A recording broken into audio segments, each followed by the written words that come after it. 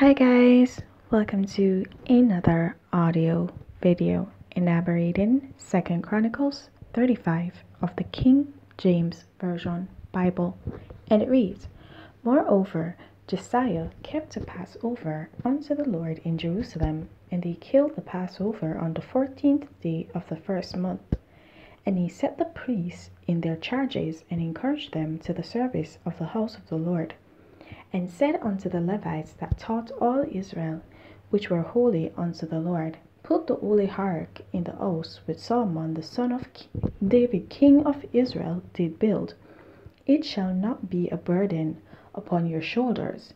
Serve now the Lord your God and his people Israel, and prepare yourselves by the house of your fathers after your courses, according to the writing of David king of Israel, and according to the writing of Solomon his son. And stand in the holy place, according to the divisions of the families of the fathers of your brethren the people, and after the division of the families of the Levites. So kill the Passover, and sanctify yourselves, and prepare your brethren, that they may do according to the word of the Lord by the hand of Moses. And Josiah gave to the people of the flock lambs and kids, all for the Passover offerings, for all that were present, to the number of 30,000 and 3,000 bullocks. These were the king's substance.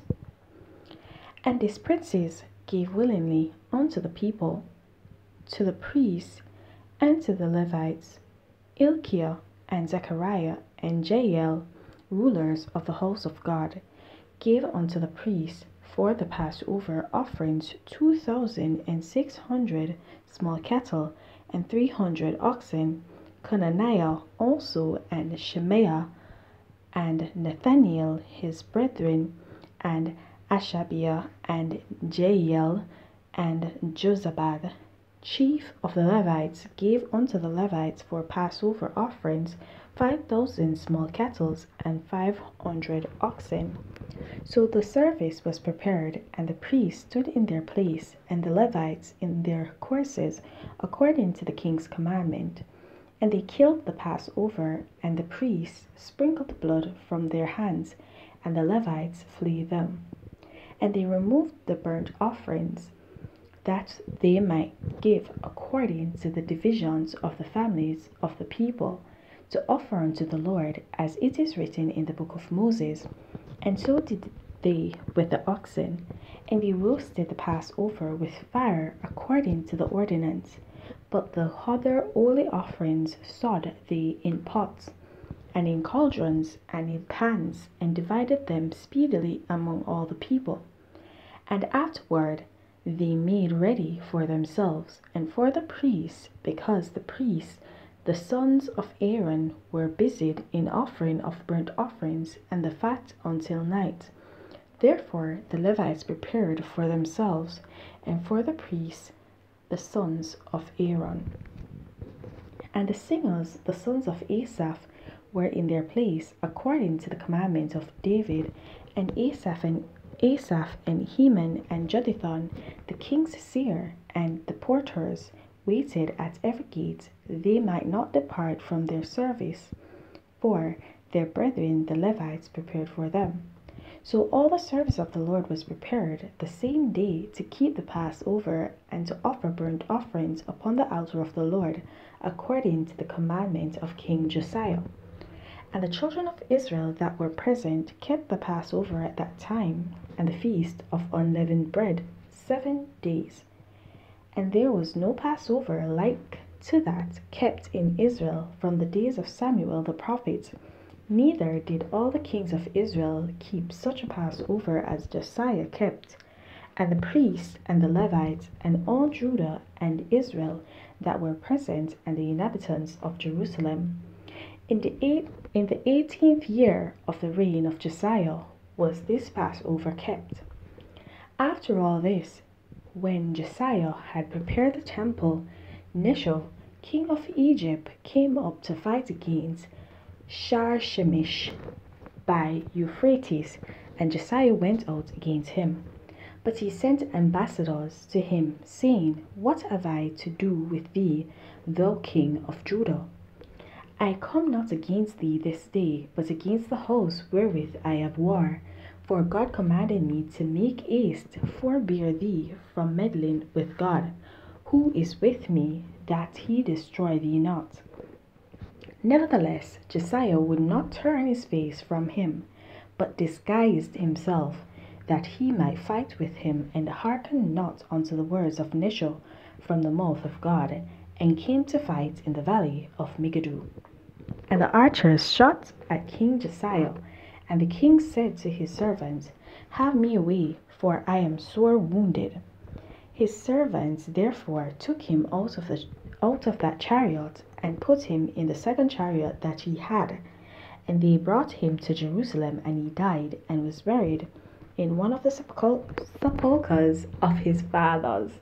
And all Judah and Jerusalem mourned for Josiah. And Jeremiah lamented for Josiah. And all the singing men and the singing women spake of Josiah in their lamentations to this day, and made them an ordinance in Israel. And behold, they are written in the book of Lamentations. Now the rest of the acts of Josiah, and his goodness, according to that which was written in the law of the Lord, and his deeds, first and last, behold, they are written in the book of the kings of Israel and Judah. Okay, so we see where Josiah was one of the kings that actually followed after the Lord, and he did everything to be pleasing unto the Lord, and he kept one of the best Passovers from the time of Samuel, as it was said, right? And from the time of Samuel, we know that there was Saul and also David, right? And here it is that he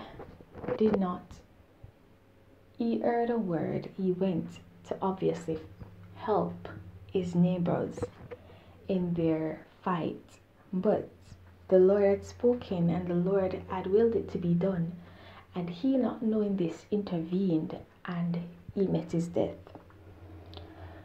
And so guys, it just goes to show that sometimes we need to exercise wisdom, because if this man Necho, the king, came and he said, God told me that you should not be here, and this fight is not with you, I have no fight with you, I have no fight with you, and he basically told him that, and he was not going to fight with him, why would he deceive him by disguising himself and meet his death? That does not spell wisdom for me. And I realized that it has happened before, where kings do this, where they disguise themselves as other people when in war, and I understand that tactic, I do, but in Josiah's case it was not required, because the fight was not his to begin with. And so we need to know that we need to exercise wisdom in everything that we do. Not because God is with us doesn't mean that he'll actually enable our foolish acts. So we need to be very wise in the decisions that we make, and also seek him out, because if Josiah had sought out the Lord in this matter, then the Lord would have surely answered him, and he would have known if Necho was actually telling the truth, right? Because not everyone that says something or says that they heard from God has actually heard from God. So you want to try the spirit yourself at times. So he could have reached out to God and gotten an answer for himself if he doubted Necho's words. Okay guys, so that's what we ought to do. We ought to seek guidance and lean not to our own desires and our own understandings, because they will lead us astray. Here it is that it cost Josiah his life. Alright guys, so I'm gonna leave you right there. Please remember to continue to walk in your salvation, and if you've not yet gained it, then seek it. There's no better time to begin than the present. Have yourselves a blessed day. Bye.